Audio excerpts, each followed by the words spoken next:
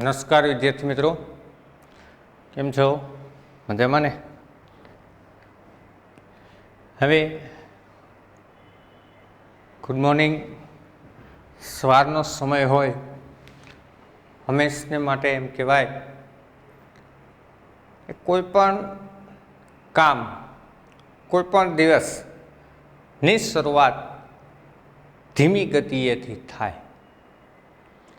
સવારની અંદર આપણે અહીંયા આવેલા હોય ત્યારે એવા સમય થોડે અંશે સ્ફૂર્તિ, જે આખા દિવસ દરમિયાનની જે સ્ફૂર્તિ હોય, જે તેજ ગતિથીને આપણું મન ચાલતું હોય, આપણું શરીર ચાલતું હોય, એ શરૂઆતની અંદર એની ગતિ ધીમી હોય છે.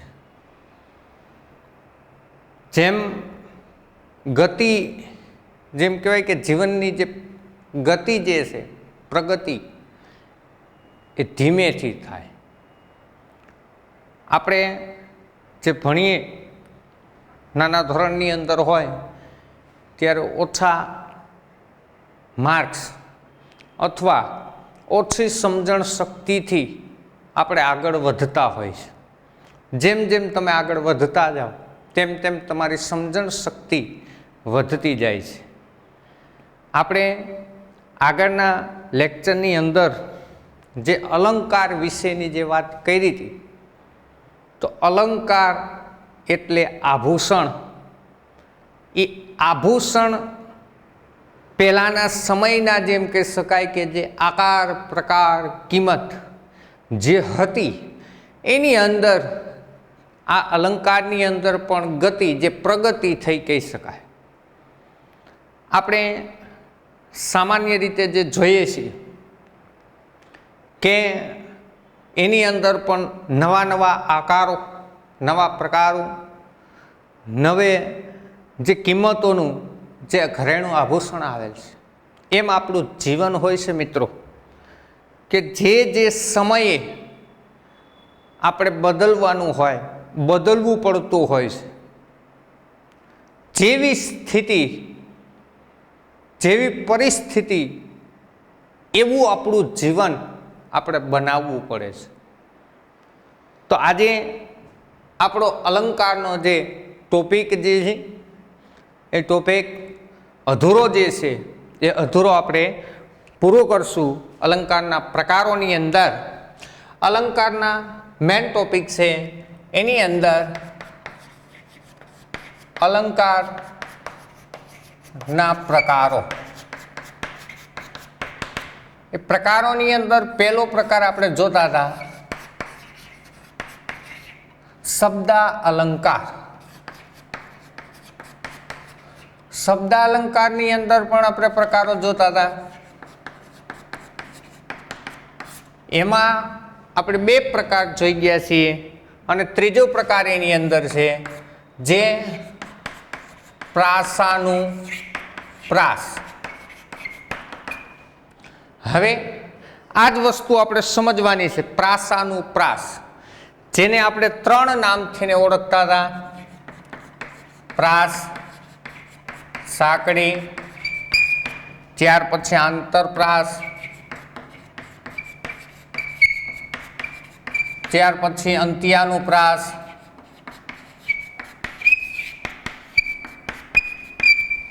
ત્રણ પ્રકાર આ પ્રાસાનુપ્રાસની અંદર એ ત્રણ રીતે ઓળખાય છે. પણ હવે આની વ્યાખ્યા જે છે એ વ્યાખ્યા આપણે સમજવાની છે. હવે વ્યાખ્યાની અંદર, એની અંદર લખજો તમે તમારી પાકી બુકની અંદર કે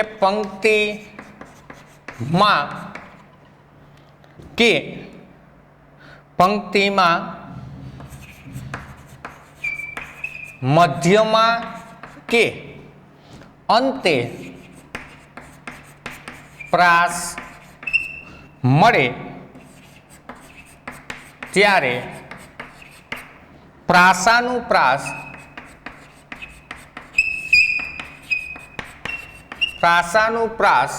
અલંકાર બને છે. હવે જો અહીં લખ્યું પંક્તિમાં, મધ્યમાં કે અંતે, કાં પંક્તિ આપેલી હોય એમાં મધ્યમાં હોય પ્રાસ અને કાં અંતે હોય ત્યારે પ્રાસાનુપ્રાસ અલંકાર કહેવાય. હવે આ જ વસ્તુ પ્રાસ સાંકડી, આંતરપ્રાસ અને અંત્યાનુપ્રાસ, આ ત્રણ વસ્તુ જે છે એમાં આપણે અલગ અલગ રીતે કરવું હોય તો પણ થઈ શકશે. એની અંદર પેલી વ્યાખ્યા છે તો કે પહેલા ચરણના છેલ્લા શબ્દ અને બીજા ચરણના પહેલા શબ્દ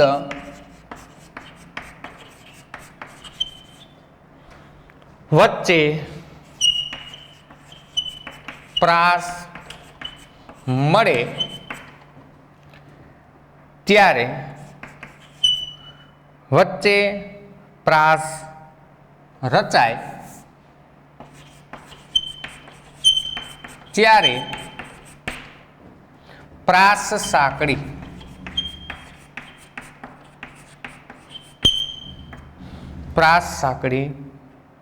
બને છે. પ્રાસ સાંકડી કયો અથવા આંતરપ્રાસ કહી શકાય. હવે એના પછીની આપણે પહેલા ચરણના છેલ્લા શબ્દ અને બીજા ચરણના પહેલા શબ્દ વચ્ચે પ્રાસ રચાય ત્યારે પ્રાસ સાંકડી બને છે. પંક્તિમાં મધ્યમાં કે અંતે પ્રાસ મળે ત્યારે પ્રાસાનુપ્રાસ હોય. હવે આના ઉપરથી આપણે ખબર પડી ગઈ કે આ પ્રાસ સાંકડી અને આંતરપ્રાસ કેવી રીતના હોય. માત્ર આનું એક ઉદાહરણ લઈ અને આપણે જોઈએ પછીના ઉદાહરણ અલગ લખશું. એની અંદર વિદ્યા ભણ્યું જે તે ઘેર વૈભવ રૂડો. હવે અહીંયા આપણે એવું લખ્યું કે પહેલા ચરણના છેલ્લા શબ્દ અને બીજા ચરણના પહેલા શબ્દ.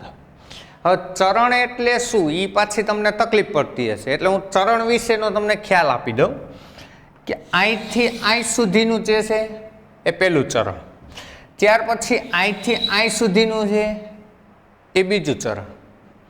હવે ચરણ એટલે જ્યાં અટક સ્થાન આવી ત્યાંથી બીજી વાક્ય અથવા પંક્તિની શરૂઆત થાય એને ચરણ કહીએ છીએ. આ પહેલું ચરણ, આ બીજું ચરણ. રેડી? હવે પહેલા ચરણના છેલ્લા શબ્દ એટલે કે આ પહેલું ચરણ, એનો આ છેલ્લો શબ્દ અહીંયા આપણે જોઈએ, બરાબર. અને બીજા ચરણના પહેલા શબ્દ એટલે કે આ બીજું ચરણ, એનો આ પહેલો શબ્દ. ટૂંકમાં એમ કહી શકાય કે આ વચ્ચે પ્રાસ જે મળે તો અહીંયા આપણે લખ્યું મુખ્ય પંક્તિ પ્રાસાનુપ્રાસમાં શું લખ્યું? પંક્તિમાં મધ્યમાં, એટલે આ વચ્ચેનો ભાગ થયો. આ વચ્ચેના ભાગની અંદર જ્યારે પ્રાસ મળતો હોય ત્યારે પ્રાસ સાંકડી અથવા આંતરપ્રાસ અલંકાર તરીકે આપણે ઓળખી શકાય છે. હવે આ હજી એક આપણે આ બાકી છે અંત્યાનુપ્રાસ. હવે આના ઉપરથી તમને ખ્યાલ આવી જવો જોઈએ કે અંત્યાનુપ્રાસની અંદર શું હોય. તો હવે આપણે એની વ્યાખ્યા લખશું. આ લખાઈ ગયું ને તમારે?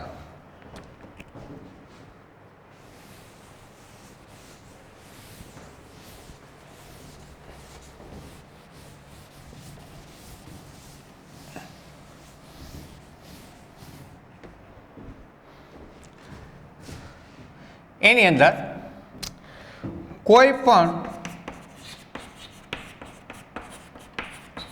કડીની પહેલી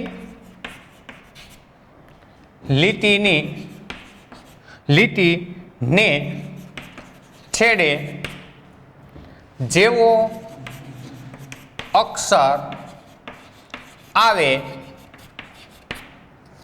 તેવો જ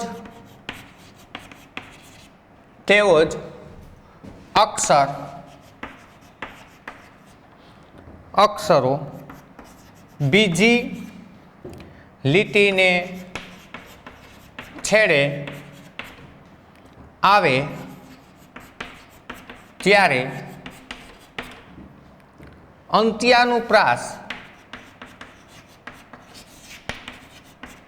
અંત્યાનુપ્રાસ અલંકાર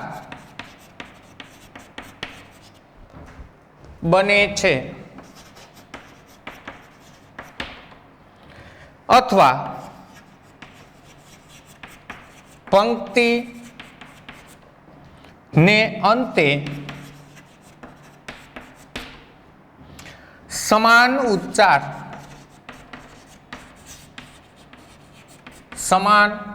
ઉચ્ચાર વાળા શબ્દો આવેલા હોય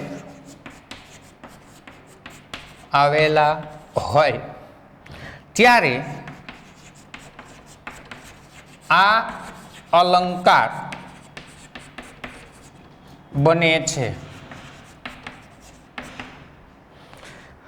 હવે જો અહીં આપણે શું લખ્યું કે ભાઈ કોઈ પણ કડીની પહેલી લીટીને છેડે અક્ષર આવે તેવો જ અક્ષર બીજી લીટીને છેડે આવે ત્યારે અંત્યાનુપ્રાસ અલંકાર બને.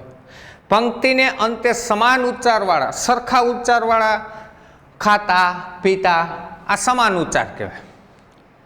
આવા શબ્દો જ્યારે એની અંદર ઉપયોગમાં લેવાયેલા હોય ત્યારે પણ અંત્યાનુપ્રાસ હોય.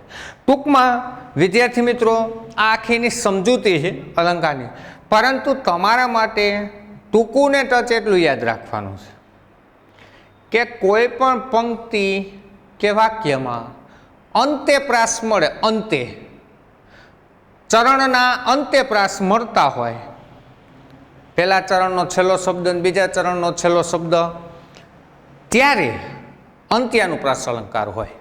આટલું વસ્તુ તમે સમજી જાઓ એટલે ઘણું થઈ ગયું. હવે આનું જ આપણે ઉદાહરણ લઈએ તો કે ઉદાહરણની અંદર કેવી રીતના એ પ્રાસ મળે તો કે જેની જશોદા માવલડી, અને બીજી પંક્તિ આપણે એની અંદર લખશે ચરાવે ગોકુલ ગાવલડી. હવે આની અંદર આ જ વસ્તુ આપણે લખી છે. હવે જો જેની જશોદા માવલડી, આ પહેલા ચરણનો છેલ્લો શબ્દ, ચરાવે ગોકુલ ગાવલડી, પ્રાસ મળે. અહીં લખ્યું કોઈ પણ કડીની પહેલી લીટીનો છેલ્લો શબ્દ, કડી કયો, ચરણ કયો, પંક્તિ કયો, આ બધું એક જ થાય. જેવો અક્ષર આવે તેવો બીજી લીટીની અંદર જ્યારે આવતો હોય ત્યારે એવા સમય પ્રાસ મળવો જોઈએ. ટૂંકમાં સમાન પંક્તિના અંતમાં સમાન ઉચ્ચારવાળા, માવલડી ગાવલડી આ શબ્દ છે ને સમાન ઉચ્ચારવાળા છે. તો સમાન ઉચ્ચાર ધરાવતા હોય ત્યારે એવા સમય અંત્યાનુપ્રાસ હોય. હવે એક વિદ્યાર્થી મિત્રો આ જ વસ્તુ છે, આની ને આની અંદર તમને પરીક્ષાની અંદર મેં તમને અહીંયા અલગ કરીને બતાવ્યું છે, પરંતુ પરીક્ષાની અંદર એવો પ્રશ્ન પૂછાય આવો જ. હવે તમને આ જ વસ્તુની અંદર અહીં મેં તમને પંક્તિ આપી છે. હવે આ ચરણ મેં આને પહેલાં તમને કીધું હતું કે પહેલા ચરણનો છેલ્લો શબ્દ અને બીજા ચરણનો છેલ્લો શબ્દ બંનેનો પ્રાસ મળતો હોય ત્યારે પણ અંત્યાનુપ્રાસ થાય. એ કેવી રીતના થાય તો કે આ જ ચરણને હું અહીં લઈ લઉં કે ભાઈ ચરાવે ગોકુલ ગાવલડી.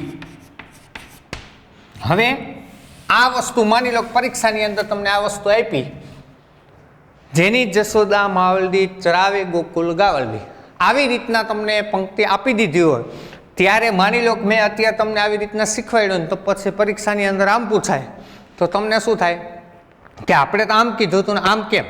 એટલે મારે તમને કહેવું પડ્યું કે પહેલા ચરણ, આ પહેલું ચરણ, આ બીજું ચરણ, બરાબર? પહેલા ચરણનો છેલ્લો શબ્દ, અહીં ચરણ પૂરું થઈ જાય છે એટલે પહેલા ચરણનો છેલ્લો શબ્દ, આ બીજા ચરણનો છેલ્લો શબ્દ, બરાબર? તો આ શબ્દ પહેલા ચરણનો છેલ્લો શબ્દ અને બીજા ચરણનો છેલ્લો શબ્દ આ બંનેનો આવી રીતના પ્રાસ મળે તો પણ અંત્યાનુપ્રાસ કહી શકાય. હવે એક વાત એ રહી કે તમારા સમક્ષ મેં ત્રણની વ્યાખ્યા મૂકી, પ્રાસ સાંકળે આંતરપ્રાસ અને અંત્યાનુપ્રાસ. બરાબર. હવે આ ત્રણ વસ્તુ અહીં તમારા સમક્ષ આવી ગઈ છે. હજી ઉદાહરણ લખવા આપણે બાકી છે, પરંતુ પરીક્ષાની અંદર ઓપ્શનના સ્વરૂપે કોઈ પણ આપે એટલું ધ્યાન રાખજો. તમારે તો શું મુખ્ય વસ્તુ કઈ તો કે પ્રાસ મળવો જોઈએ. એ પંક્તિમાં મધ્યમાં મળે, અંતે મળે. પ્રાસ મળતો હોય એટલે પ્રાસાનુપ્રાસ અલંકાર હોય, એટલે કે પ્રાસાનુપ્રાસની અંદર આ બધા આવી જાય. એમાં અલગ અલગ પૂછવામાં આવે તમને પરીક્ષાની અંદર પ્રશ્ન, તો તમારે અલગથીને દર્શાવવાનું થાય. હવે માની લો કે આ જ ઉદાહરણ તમને આપ્યું, બરાબર. હવે આ જ ઉદાહરણ આપ્યું હોય અને તમને અંત્યાનુપ્રાસ અલંકાર ન આપ્યો હોય અને પ્રાસ સાંકળી આપેલો હોય, તો પ્રાસ સાંકળી લખવાનું. શું કામ? તો કે પ્રાસ મળે છે, પ્રાસ સંકળાયેલું છે, એ પછી પંક્તિમાં મધ્યમાં હોય કે અંતે હોય, એને પ્રાસાનુપ્રાસ અલંકાર તરીકે ઓળખાય છે. હવે આપણે એના 2-3 ઉદાહરણો લઈશું. આ જે અલંકાર પ્રાસાનુપ્રાસ છે તેના.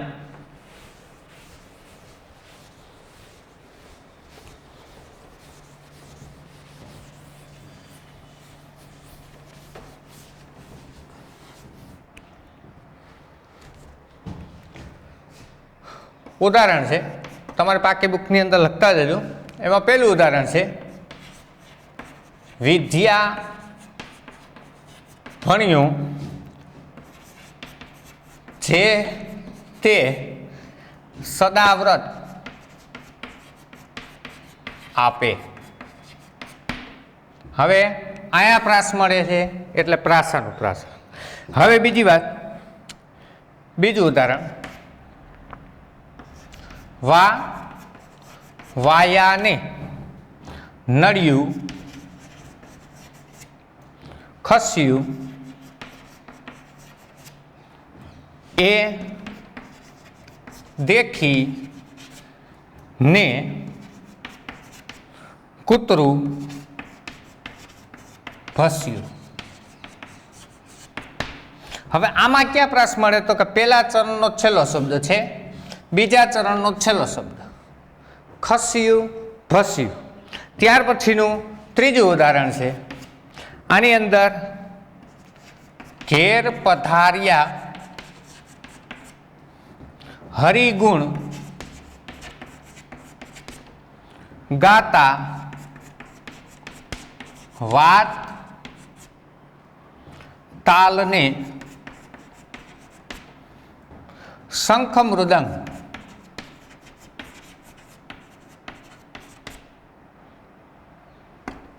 હવે આની અંદર ક્યાં પ્રાસ મળે? તો કાંઈ ગાતા ને વાતા, પહેલા ચરણનો છેલ્લો શબ્દ, બીજા ચરણનો પહેલો શબ્દ. રેડી? ત્યાર પછી નું ઉદાહરણ છે, હજી એક ઉદાહરણ લખાઈ દઉં. જામી ગઈ તરત ઘોર કરાલ રાત.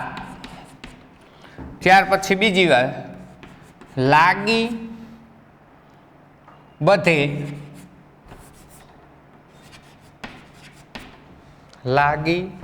બધે પ્રસરવા પૂરમાહી વાત. ત્યાર પછી એના પછીનું એક છેલ્લું ઉદાહરણ છે, જાણી લે જગદીશ અલ્પવિરામ શીશ સદગુરુને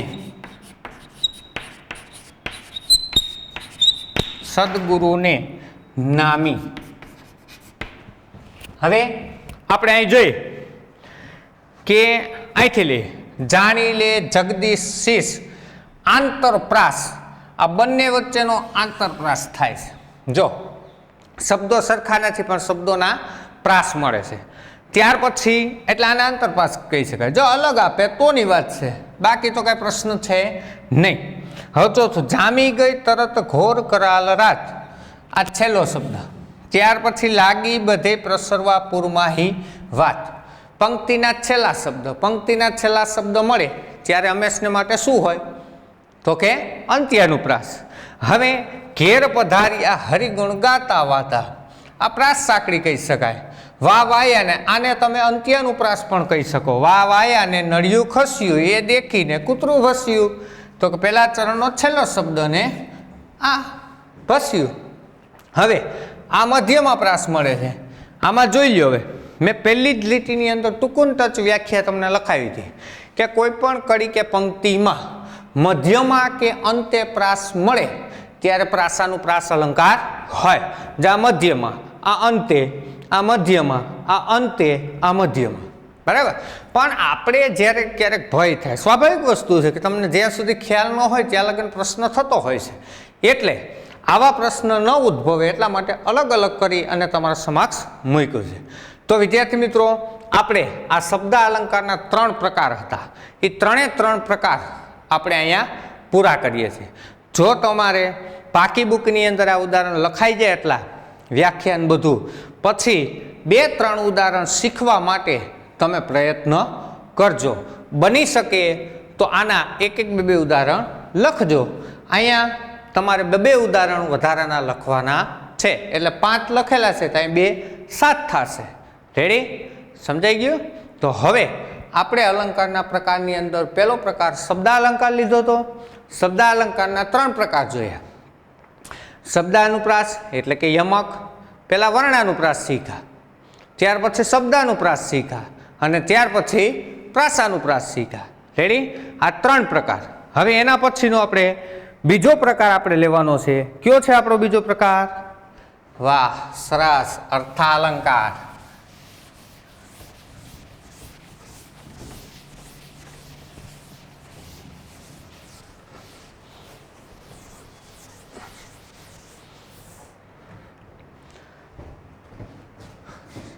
બીજો પ્રકાર છે શબ્દાલંકારમાં અર્થા અલંકાર. હવે વિદ્યાર્થી મિત્રો, આના ઉપરથી આપણે ખબર પડી જવી જોઈએ કે અર્થાલંકાર છે તો આની અંદર શું હોય. ઓલામાં શબ્દ અલંકાર હતા તો શબ્દનું આવતું હતું, આની અંદર અર્થાલંકાર છે તો શું આવશે?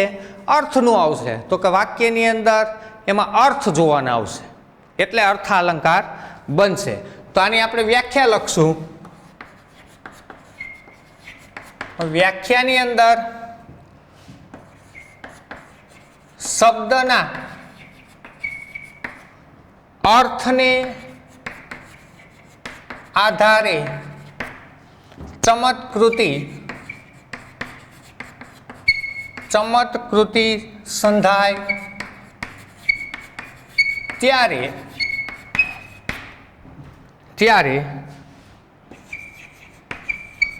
અર્થાલંકાર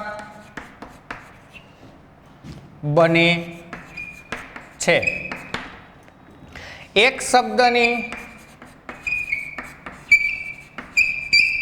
શબ્દની જગ્યાએ એવી જ અર્થ ચમત્કૃતિ ધરાવતો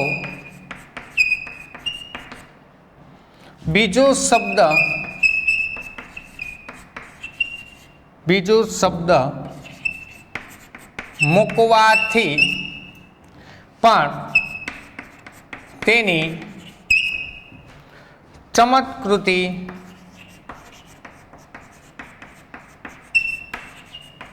બની રહે છે. હવે આ જ વસ્તુ આપણા સમક્ષ, હવે તમે જ વિચાર કરી લ્યો. અહીં લખ્યું શબ્દના અર્થને આધારે ચમત્કૃતિ સંધાય ત્યારે અર્થાલંકાર બને છે. હવે જો શબ્દને અર્થ જે છે એની અર્થની ચમત્કૃતિ હતી. પહેલાં આપણે શબ્દાલંકારની અંદર જોઈએ એમાં શું હતું? તો કે શબ્દોની ચમત્કૃતિ હતી, બરાબર. હવે એક શબ્દની જગ્યાએ એવી જ અર્થ ચમત્કૃતિ ધરાવતો બીજો શબ્દ મૂકવાથી પણ તેની ચમત્કૃતિ બની રહે છે. ઓલામાં આપણે શું હતું કે શબ્દની જગ્યાએ જો બીજો પર્યાય આપણે મૂકી દેવામાં આવે તો એની ચમત્કૃતિ રહેતી ન હતી. પણ અર્થાલંકારની અંદર તમે એનો પર્યાય મૂકી દેશો તો પણ એ શબ્દોની ચમત્કૃતિ સર્જાઈ રહી છે. તો આ આપણે અર્થાલંકાર છે. હવે એના પછી અર્થાલંકારના જે પ્રકારો છે ને એ અર્થાલંકારને સમજવા માટે અમુક બાબતો આપણે ધ્યાનમાં રાખવી પડે છે. બરાબર. તો આપણે અહીંયા એક પોઈન્ટ બાંધીને લખશું, અલંકારની સમજ